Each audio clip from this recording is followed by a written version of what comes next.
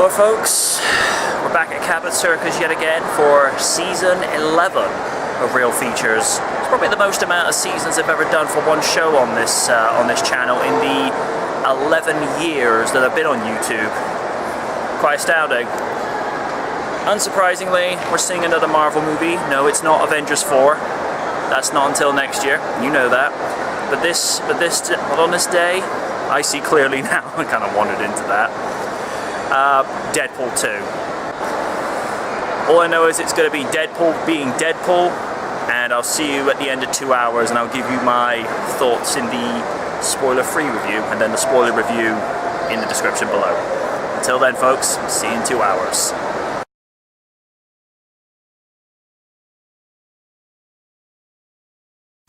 Well, we're at the spoiler review. You know the shtick by now. Okie dokie then. We start off in typical Deadpool fashion, as we did with the last movie, with a custom movie opening as if Deadpool was overseeing the editing and doing the opening. And it's a nice parody of most artistic James Bond openings with multiple Deadpools where Deadpool is pulling a trigger, but it's Deadpool at the end of it. There's multiple swords, there's Deadpool falling. So I particularly liked that sense of simplicity. Because with a Deadpool movie, you know what you're getting. You're going to get balls-to-the-walls fun, it's going to be random humor, and it is fourth-wall-breaking humor, and unsurprisingly, Deadpool does that as he so normally does in this movie.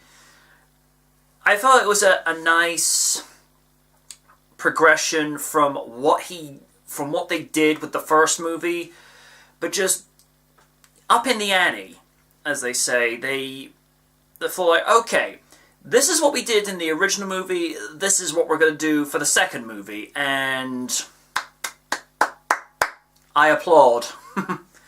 I'm not one to applaud so easily. I mean, you know me by now.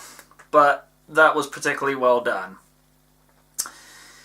I did feel, though, that, to my understanding, because I remember the first Deadpool movie being an 18 certificate, which would be rated R for those in the States. And this one was a 15 certificate, so that's like, TV 14 level. The jokes did feel a little bit neutered. It wasn't... I mean, the jokes still went to some places that your traditional X-Men movies wouldn't do. But I did feel like it's a similar context to what happened with the Kick-Ass sequel 5 years ago. The first Kick-Ass movie took risks, it crossed the line, it went and did jokes that I thought, ooh, that's a bit risque. But for the sequel, they brought it down to like the, like the 14 to 16, 17 demographic, where the humor is a little bit more juvenile and immature. I'm all for juvenile humor, but it's got to be in small, moderate doses. I felt like with this movie, it went there maybe a little too much. Now, that's not to say that Deadpool is above lowbrow humor. I mean, come on, this is Deadpool, for crying out loud. But I did feel like it was trying to cater, not necessarily to a family-friendly market, but it was not being as adult as it was with the previous movie. And according to what some people have been reporting online, and from what random DCE has been hearing as well, a bunch of parents complained about the first movie, and I'm like, question, what are you doing taking your kids to see the first Deadpool when that's not, appropriate for anybody who's under 18?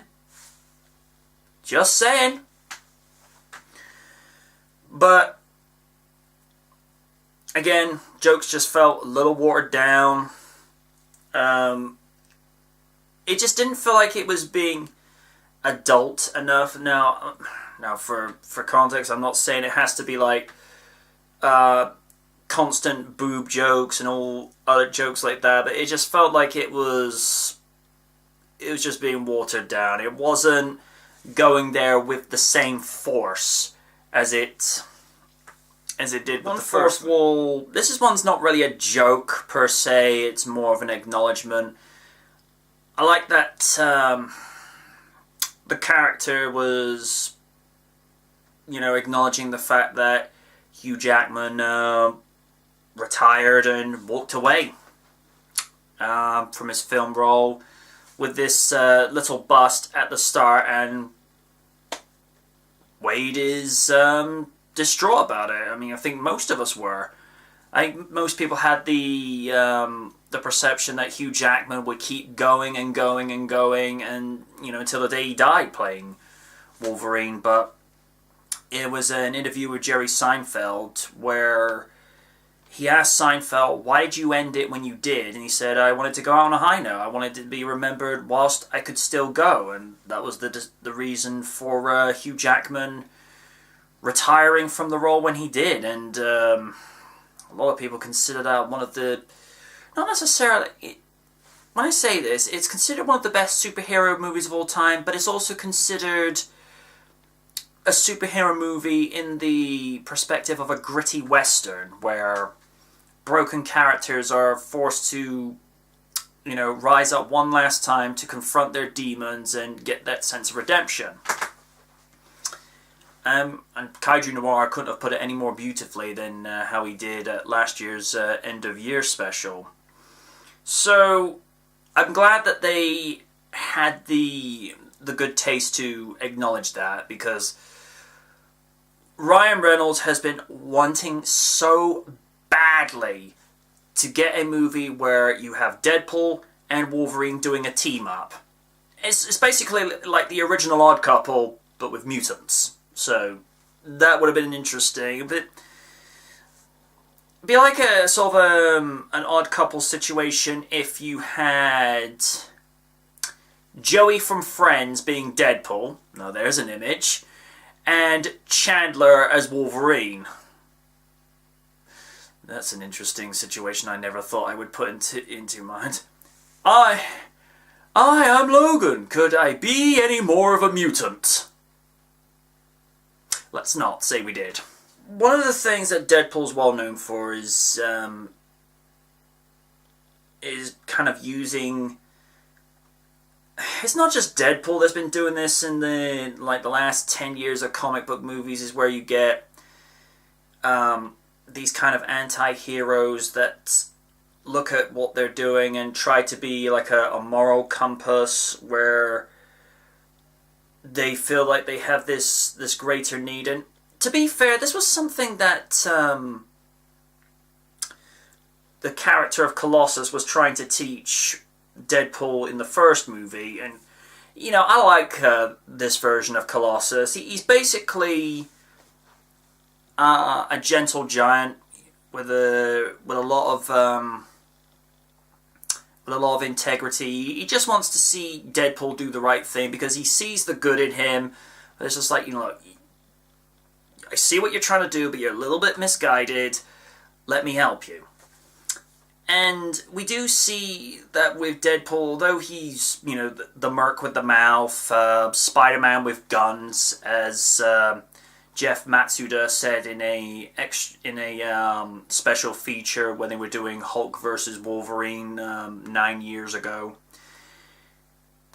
But Deadpool is one of those characters, particularly the way that Ryan Reynolds has portrayed him. You cross the wrong path, you cross the wrong path if you'll push the wrong button, like icing off his girlfriend. It's like, oh,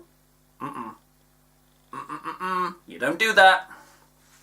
And it was an interesting take to see Vanessa be killed off, but then it gives somewhat more of a emotional angst and motivation for Deadpool to do something good with his life, because she would always say saying these, I suppose you want to say, afterlife situations where the two of them would meet, you know, these cryptic messages like your heart is not in the right place, you really need to go out and do something good. And I like how she's sort of used almost like a mythic character in a sense, whereby he will look at these messages that she's, you know, sending to him to say this is the path you need to get on, and it's more of a sense of she merely gives a direction for him to go into, but he has to figure this out on his own merits and his own speed, which that's where characters can have decent development, at least in my view, whereby instead of being like given instructions in detail where they're told to follow them, they're given breadcrumbs, a trail to follow, and that's where you kind of see Deadpool's intelligence come into things, whereby he's putting the pieces together of what he has to do to save this kid from going down a wrong path. And this is where Cable's character development comes into play, because the gist that I got when I saw the trailer, and to Josh Brolin's credit, he plays a good role with this, because the impression I got was that he was just going to be a one-note villain, where it's like, I'm coming into the past to kill this kid because I can, because I'm evil, because XYZ. But as you start to peel the layers away from Cable, there is a rhyme and a reason to why he's doing what he's doing. I'm not a particular fan of using the Terminator trope, which has been done almost too often in movies, video games, anime. I mean, look at Dragon Ball Z, for example. Trunks is sent back into the past to stop Goku from dying. Or Silver the Hedgehog from Sonic 360 12 years ago, going into the past to try and kill Sonic so that the flames of disaster would never happen. It's a trope that's been done enough, but I suppose in order to make this particular movie stand out from the last movie that was done, you got to do things a little bit differently. But again, there is character development with Cable. Now, I've never read the Deadpool comics. I'm not familiar with how Cable's character is. I am only commenting on what I've seen on the big screen.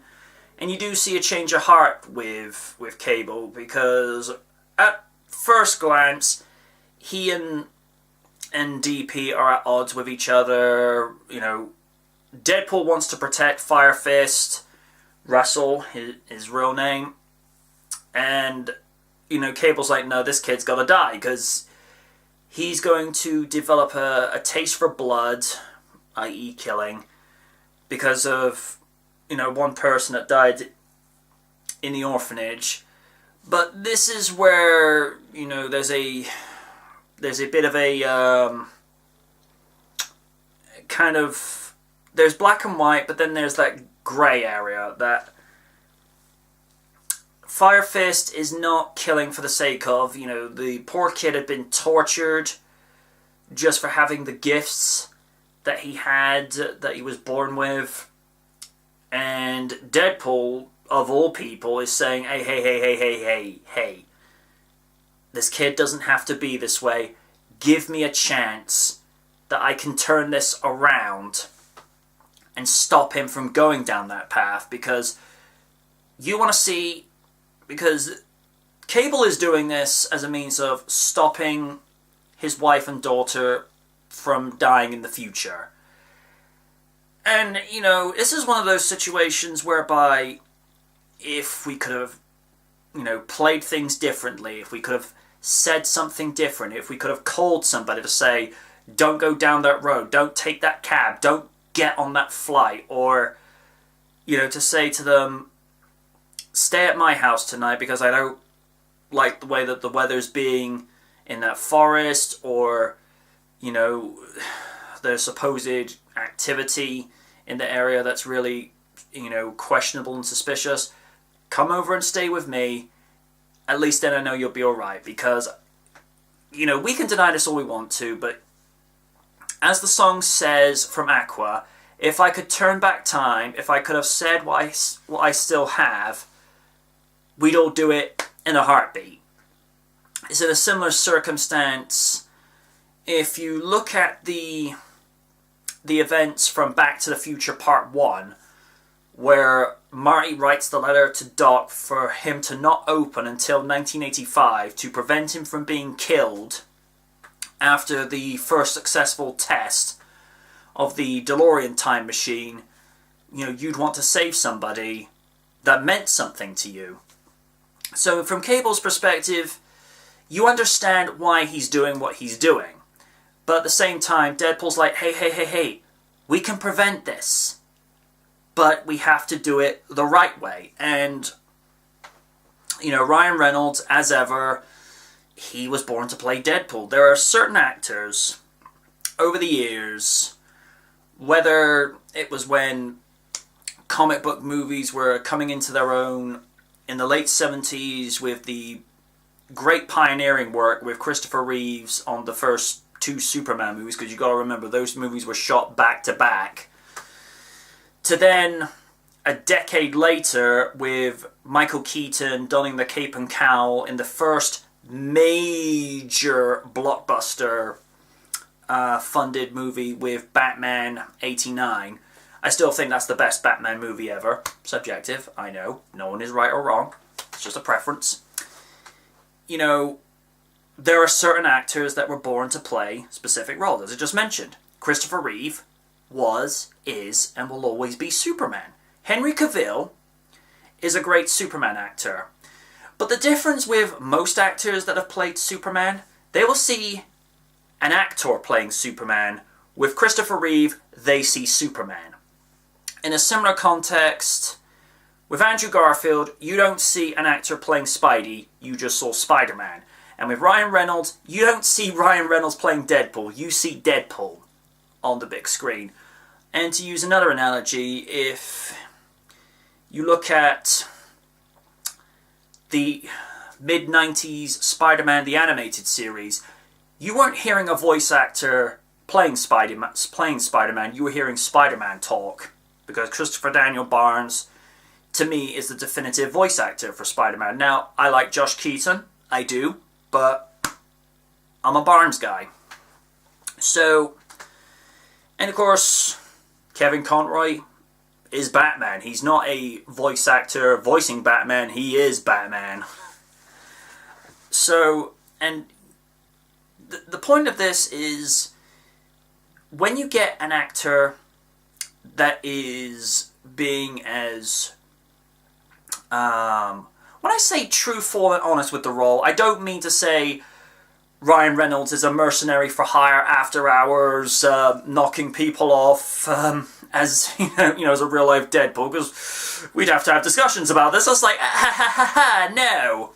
But it's the fact that he can invest so much into the role, whereby he's playing it naturally to where he's not even acting on the big screen. It's in a similar context, another example of an actor that's born to play a superhero role. Robert Downey Jr. is Iron Man. Because there is such a blurred line between Robert Downey Jr. and Tony Stark, it's like the two sort of cross paths. Now, that's not to say that RDJ is a genius playboy billionaire philanthropist outside of his role, but it's the fact that he can invest enough honest acting into the role that it comes off also as authentic, where the audience are like, okay, he's actually believing what he's actually doing with this role. He can actually say to people, you can get invested in this because I love what I'm doing with this role because it's fun. And that is exactly what Ryan Reynolds is doing with Deadpool. And, there are, like I say, their motivations clash a lot, particularly in the last act where Deadpool is practically pleading with Cable. It's like, no, don't kill this kid.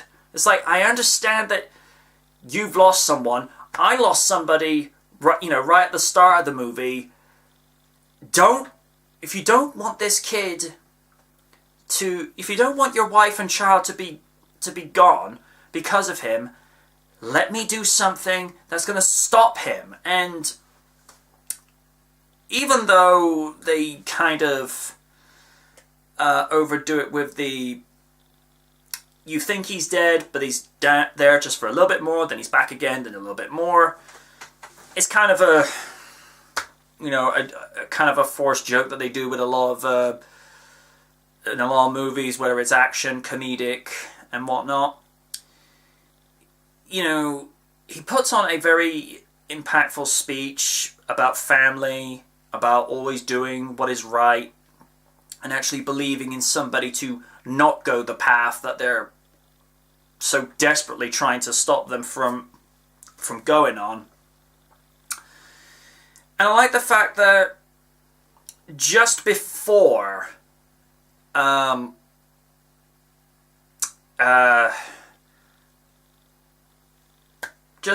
end, Cable uses his last charge, because that was supposed to allow him to go back to the future. Had to do it once. Instead, he finds a means of protecting Deadpool, and it was the arcade token that Vanessa had him and Vanessa had used in the first movie. It was to help celebrate their first anniversary. Now that is character development. Cable was looking to go, not necessarily on a murderous rage, but it was just to stop a wrong from being committed, yet he would have committed a wrong by icing the kid. So instead, he finds a way of not only saving Deadpool, but he understands that you can't do it this way. And, the character is not the same at the end of the movie. I remember Random DC saying 2 years ago, it's good character development whereby a character is not the same once they've gone through that particular journey or story arc, whereby, if you look at, I mentioned this once or twice before, if you look at the fictionalized version of Will Smith from Fresh Prince of Bel-Air, this is where it's good writing and good character development. He is not the same character by the time you get to the last episode. I mean, yeah, he still carries himself in a similar way with his charm, his charisma, and his humor, but he has matured so much from the rebellious teenager that he was in the pilot episode at the start of the 90s, that by the time you get to the last episode, he's mature, he's responsible, he looks out for people, he even changed the dynamics of his family. Whereas everything is all prim, proper, like Uncle Phil wanted to be, the family are much more easygoing. Ashley is much more confident. Hillary is Hillary. I love Karen Parsons, but I felt like her character was the one that never really changed that much. She was more or less the same from when she first started to how she left. In terms of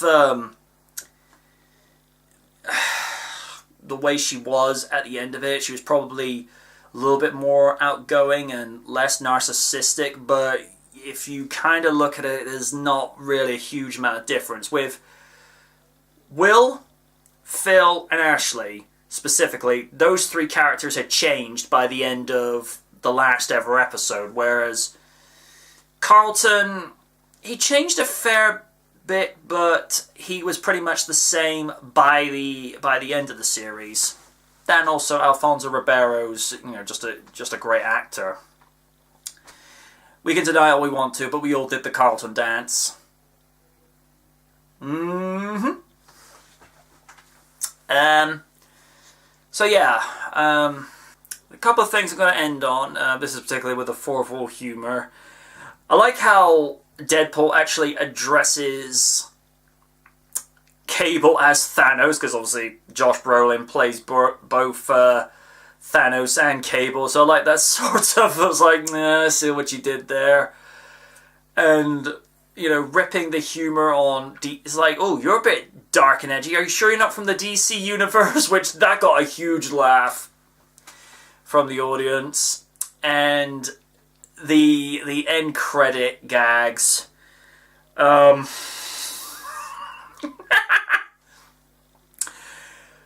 I like how it kind of flashes back to 2010, 2011, where Ryan is looking at the script for Green Lantern. It's like, oh, I've hit the big time. Goes to shoot it. It's like, it's not meant to be, kid. It's like, oh, you could tell he's not bitter.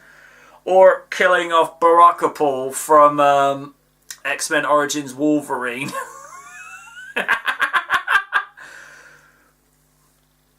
It's that sort of I don't care humor that is just, that's what Deadpool is just so good at. Yeah, well, like I say, with regards to some discrepancies where the jokes are watered down and a few tropes and cliches, you know, the writing is fine.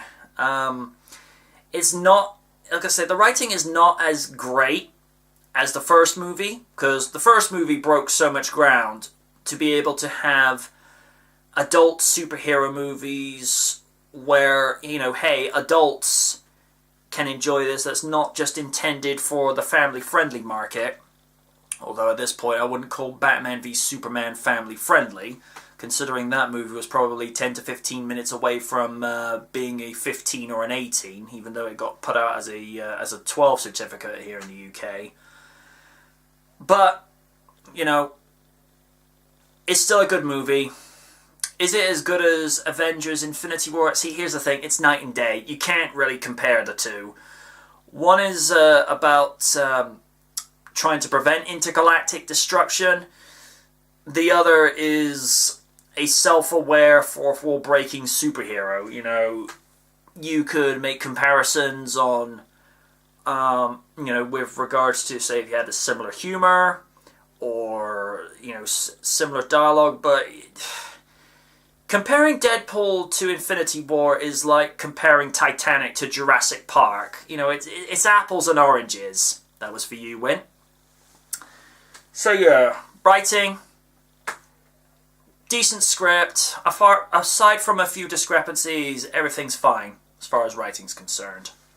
As for acting, as I just mentioned, I can't think of one single person that turned in a poor performance. I think the fact that Ryan Reynolds was actually on producing and writing duties, he knew what he wanted to get out of the movie. I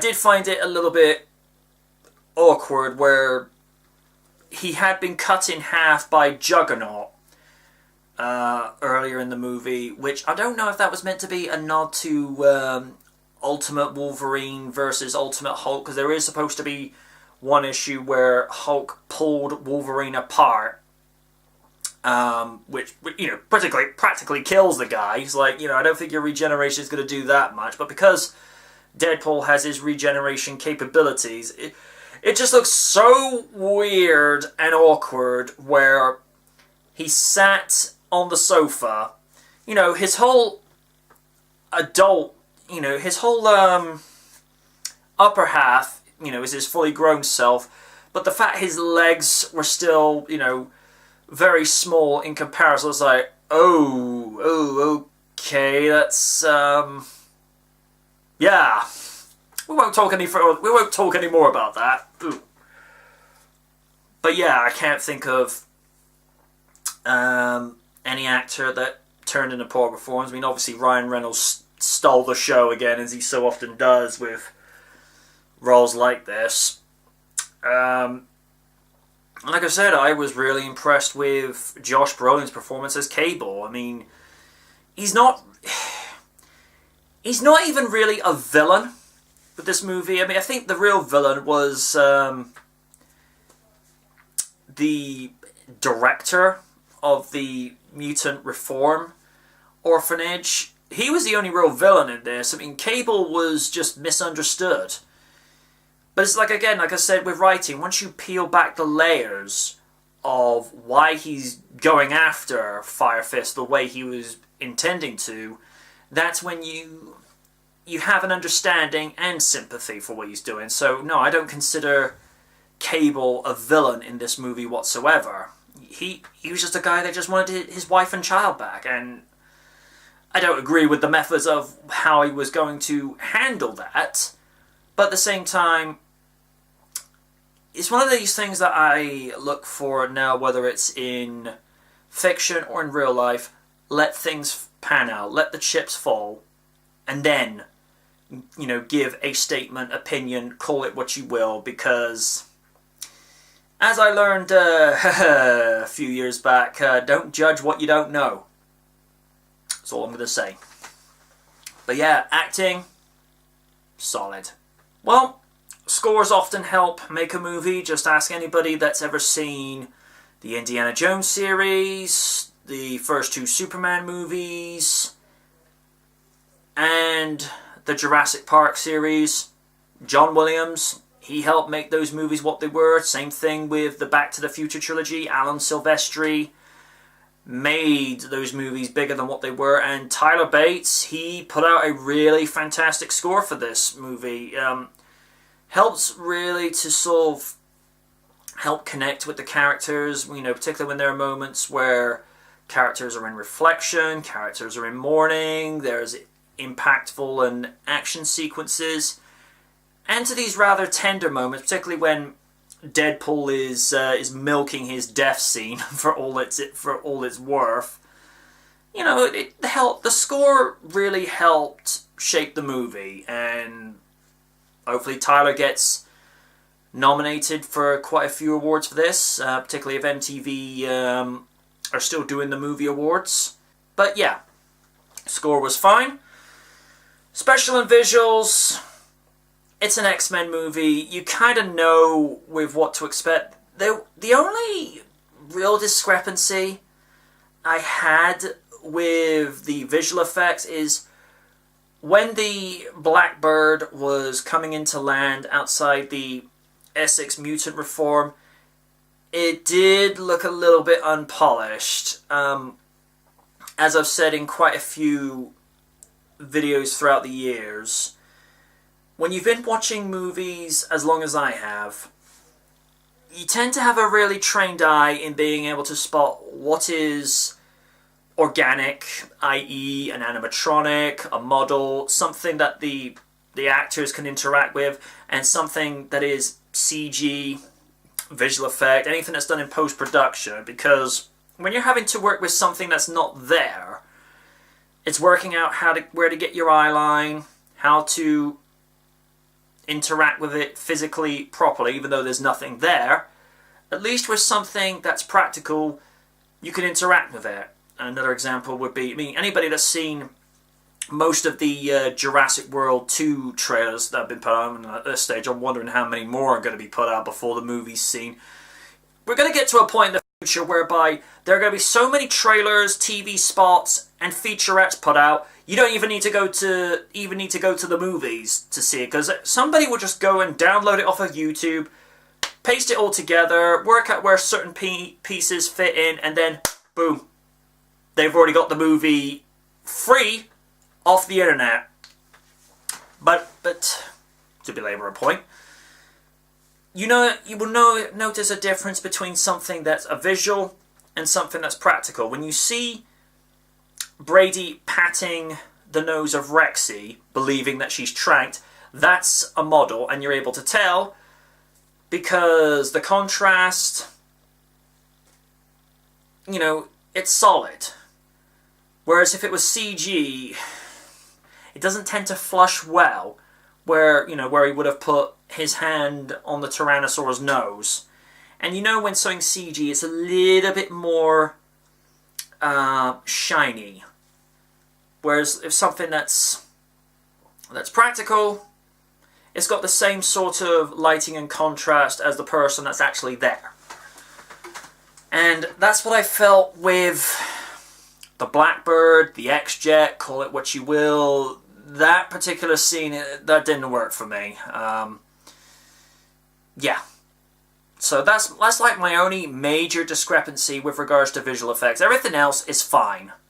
Well, as I mentioned, it's not as good as the original. It's very rare these days when you get a movie that is actually superior to the original. And as far as superhero movies are concerned, for me, there's only one that comes into mind when I think about that, and that is 2004's Spider-Man 2. That, to me, is a superior sequel, not just for a comic book movie, but a movie in general.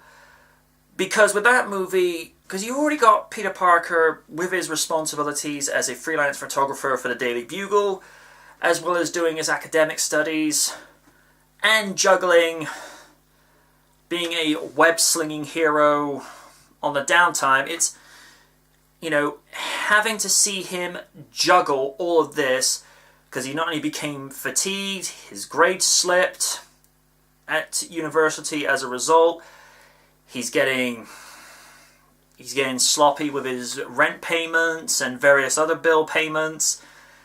And it's trying to put the audience in his shoes, in his perspective, as like, how do you juggle all this? And of course, with Spider-Man 3, this is one of the few nice things I will say about Spider-Man 3, because everybody knows what I've had to say about that train wreck for the last 11 years, is seeing how Parker is able to balance all of these duties and the aspects of his life to the point whereby he's getting his homework done for university, he's able to make payments, and he's able to be at specific points in the city to fight crime where he's supposed to.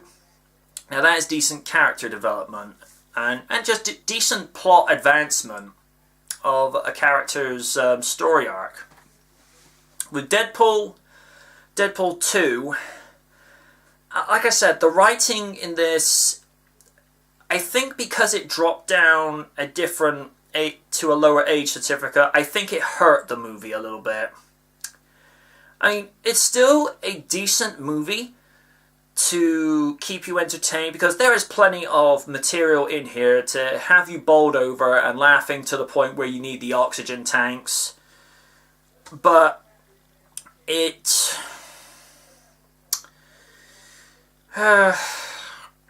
if you were needing an oxygen tank for, say, 90 minutes of the first one, you only need it for about 50 to 60 minutes of this movie, because I think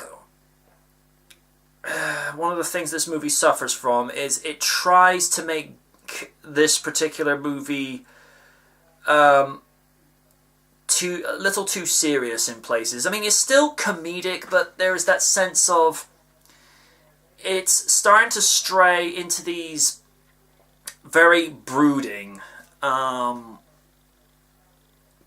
of moments where Wade is questioning everything.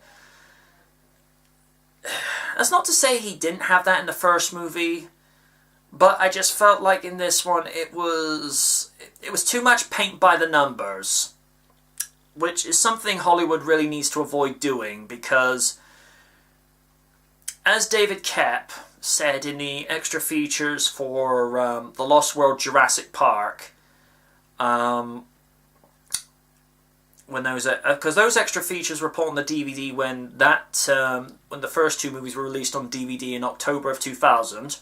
And to answer your next question, how do I remember all this? I don't know, I just do. I just do. The audience is quick to get jaded. You've got to do something to up the ante. And a lot of Hollywood movies now, whether it's comic book movies, whether it's dramatic movies, they're just told to follow a formula, because Edgar Wright wanted to do something that would have set Ant-Man apart from the other movies, and Marvel told him, no, follow the formula. See, this is the problem. People are not stupid. They know this formula because they see it again and again and again. I mean, one thing I did the other night, I went back to listened to the end of year panel from 2015, and Nick Nugent said something very poignant. If you look at Avengers 1 and 2, Avengers and then Age of Ultron, swap out the Chitauri and swap out Loki and put in Ultron and the Iron Legion, you've got the same movie. You know, there's a MacGuffin that they need to go after, trouble is happening, the Avengers are going to go do something to stop it. At least with Infinity War, they did enough to change the movie up to where you thought, ooh, okay, this is different. I mean, that movie had such a somber ending. For those that haven't seen Infinity War, I do recommend that you go give that a look. Just be prepared for the ending. That's all I'm going to say. But it is a big problem that Hollywood really needs to address, because the whole point of keeping your audience wanting more each time is you've got to present them with something fresh. And that's not to say that DeadPool did repeated shtick from the first movie. No. I mean, it has the same type of humor that's in there and the same sort of stuff that, for all the reasons that of why we love DeadPool, but you kind of get the sense that they were told to do very specific things. I think a director should be allowed to make the movie he or she wants to make, to be able to say, I've got this specific vision that I want to do for this movie, because that way I think it will be done justice. The only exception we make in this is Tim Burton and Batman Returns. That's still creepy. I mean, I appreciate, you know, when you talk about Batman and say it's a dark movie, it's like, well, Batman is a dark character, and you're absolutely right. The problem is, even Batman himself would have gone to Tim Burton, okay, whatever you're drinking, lay off the syrup. Seriously, lay off, because that movie went to places. Oy. You know, nearly, over 25 years later, and there are still bits and pieces of that movie where I thought, okay, you didn't need to go with that. I mean, just look at Penguin's death scene in that movie. I was like, wow. I mean, you look at the way that Jon Favreau with Iron Man 2, he wanted to do Demon in a Bottle, which that would have been an interesting story for Tony Stark for him to go for. I mean, there were elements of it there, but it didn't really go to the places that he wanted to go with, because Marvel told him, no, go with the formula. Well, here's the thing, movie studios, when people stop, when you start to see your profits drop to the point where you're hardly making bank and being able to pay back the budget for the movie, just look at the 2004 Thunderbirds movie. Yeah. You know, audiences are going to go elsewhere. Now, some would say, well, Christopher Nolan got to do things his way for the Dark Knight trilogy. That's because the man knew what he was doing. He had a very specific goal in mind for each of those movies, and to be fair, I think because Warner Bros. Knew that he could do the job for them, it just made sense just to give him that type of creative freedom. And you look at the Dark Knight trilogy, it's one of the most successful superhero movie franchises of all time. I'm more inclined to say Batman Begins was the better one out of the three, and that's not to say that The Dark Knight and The Dark Knight Rises weren't good movies. Far from it. They were great movies. I think Dark Knight Rises could have done with being maybe 20 to 30 minutes shorter, and a similar sort of thing with The Dark Knight. I felt like it went on longer than it needed to. As for the extended cut of Batman v Superman, that was too long. And that's another thing that needs to kind of start happening, is tone back the length of some of these movies. We've only got so much page. We look at Transformers Age of Extinction. That is a movie that should have ended itself at least twice, and it went on longer than it needed to. At least with The Last Night, one of the few good things I'll say about that train wreck, it was shorter. I appreciate that when people make these movies, they want to tell it in such a way whereby they're not having to condense everything, they're not trying to have to rush through everything, so they can let the movie, I don't want to say pad out, but you're able to digest at a steady pace whereby you're not being fed too much or it's padded out too much. I understand that aspect, but there's having enough of a length and then there's just too much. In Age of Extinction, that just went on way too long. That is my only gripe with that movie. I don't know why people rain on that movie. I thought it was decent. Last Night, however, can go jump off a cliff. That movie was freaking terrible. But yeah, I'm going off onto a tangent again, as I'm so well known for. But yeah, those are just my major nitpicks with this sequel. I just felt, the type of humor, although it's similar humor, it's obviously catering more towards the 15-16 demographic and not to the adult demographic that it was aiming for from the first movie 2 years ago. So, like I say, it's got plenty to offer for this sequel, but in all honesty, it could have done with kicking it back up to an 18 certificate or rated R, because then it would have been more authentic and less contrived and forced. Because this is another thing I've been saying over the years: when you're able to make something feel organic, when it's able to be authentic, genuine, then it becomes decent. Then the audience could look and go, okay, we buy into this, we see where they're going with it. When it becomes forced and contrived, it will show. Now, thankfully with Ryan Reynolds, as I've said, we didn't get that. We got Deadpool being Deadpool, but the general scope of the movie, it could have done with being a little bit more honest and just being more truthful to what made the first one work. So that's all I really have to say with regards to that, because aside from that, this was a decent movie, and that is why it gets a dang that was good.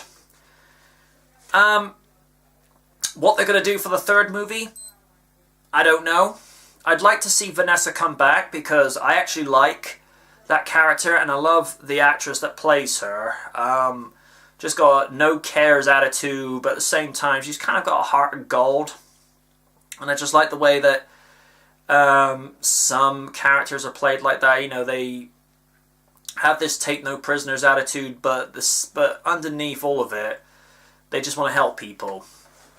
And I like the way that Vanessa was used in that capacity, whereby she's there as I don't want to say a learning curve for Deadpool, but she's there to sort of help him along with his journey in this movie.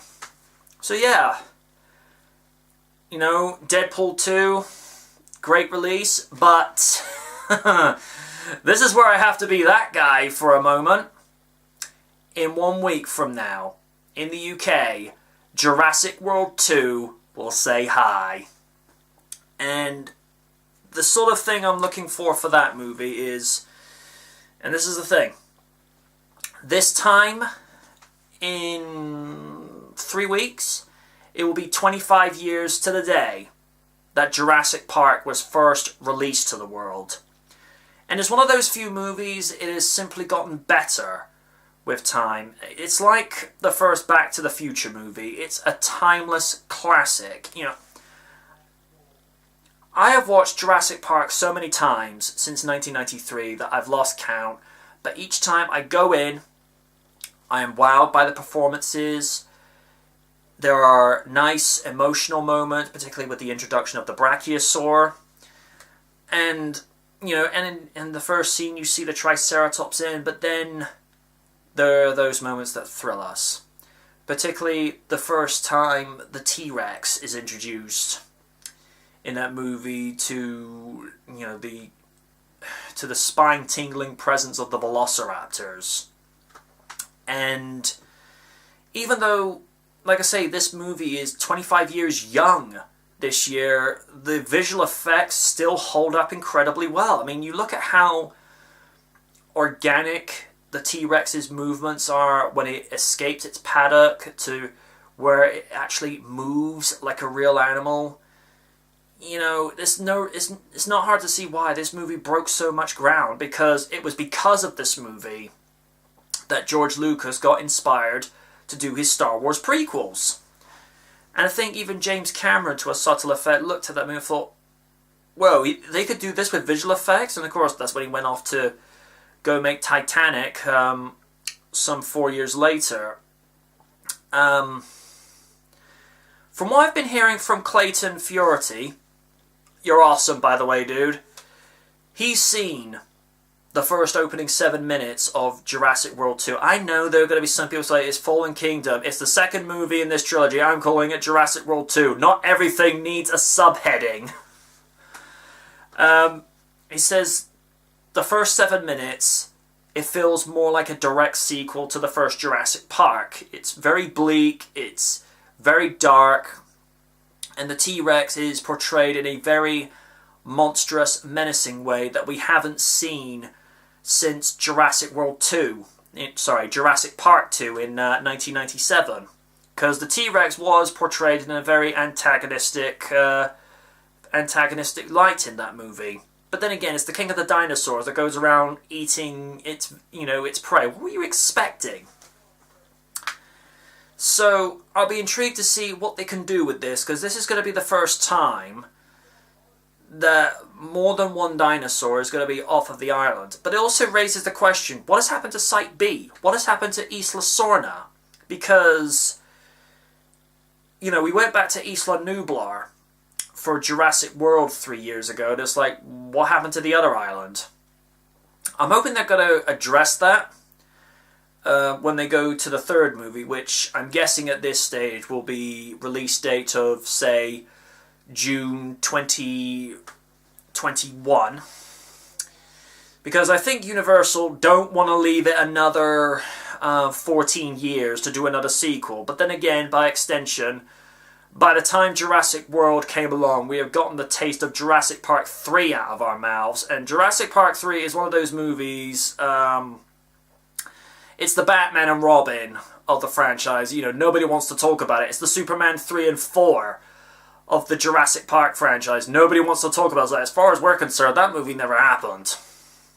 So, and also, I don't know, I've been saying this, Universal, whoever your advertising and PR department is, stop releasing so many trailers and TV spots so soon. The scene with Rexy breaking into a zoo and roaring at a lion, that's something you could have saved for the movie. You know, we actually want to be wowed. We want to be entertained with things like this. I mean, it's a great visual. Seeing Rexy on one side, roaring at the lion. You know, two kings of their respective eras roaring at each other in a sense of, you know, who will be the survival of the fittest. It's a great visual. But again, they spoil too much too quick. And for those that may have looked on my Twitter, you may have seen this. That's right, Circle of Life mentioned nothing about this. I just saw that and thought, run with it. Because nobody else was going to make a joke about it. It's like, well, why not me? But yeah, I'll be intrigued to see what they do. And from what I understand from Clayton is that the Indoraptor is going to be the last hybrid of this series. It was a good idea with the first Jurassic World because, as I mentioned, the audience is quick to get jaded because in the first movie, can you do the dinosaurs? The second movie is like, well, we know, what can you do with them? But the thing is, you've got to up the wow factor every time, because otherwise the audience will go elsewhere. They'll get tired of it. You've got to keep it fresh. So, I'm going to go in with Jurassic World 2 and just go with no expectations. The only thing I'm really looking to feel is the same novelty and freshness that the original gave us 25 years ago. Because again, quarter of a century ago, there was never a movie like this. And we all owe it to the late Michael Crichton for giving us this majestic piece of cinematic, this majestic piece of literature gold, which then turned into a majestic piece of cinematic gold. I got it right eventually.